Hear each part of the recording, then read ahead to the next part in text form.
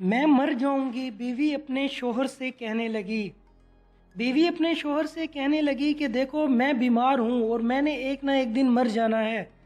اس بیماری نے مجھے زندہ نہیں رہنے دینا، اس لیے میرے اوپر اتنا پیسہ خرچ نہ کرو اور مجھے سکون سے مرنے دو۔ بیوی نے اپنے شوہر سے ایک گزارش کی کہ میرے مرنے کے بعد میری بیٹی کا خیال رکھنا اور اس کی ہر نیک اور ضروریت کی خواہشوں کو پورا کرنا۔ اس کی بیوی کے ارد گرد گھر کے سارے افراد جمع تھے اور اس کا شوہر اس کے سامنے اس کی چھوٹی بیٹی کو لیے ہوئے کھڑا تھا۔ اس کے شوہر کی آنکھوں میں نمی تھی اور اس نے رونے کو کنٹرول کر رکھا تھا۔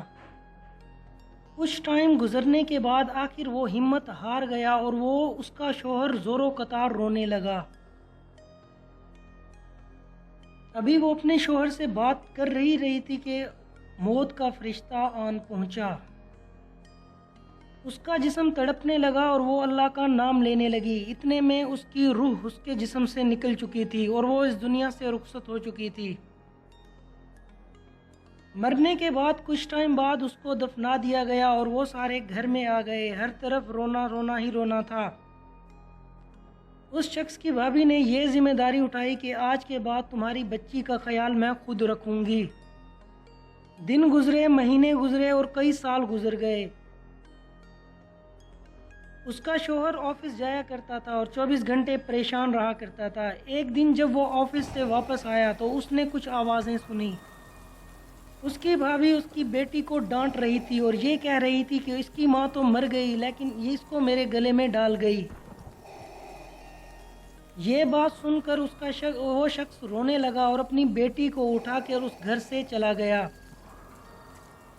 راستے میں وہ یہ سوچنے لگا کہ آج کے بعد باپ کے ساتھ ساتھ ماں بھی بن کے میں اپنی بیٹی کو بڑا کروں گا، اور اللہ پاک سے یہ دعا کرنے لگا کہ یا اللہ آج کے بعد کسی بھی بچی کو اس کی ماں سے جدا مت کرنا۔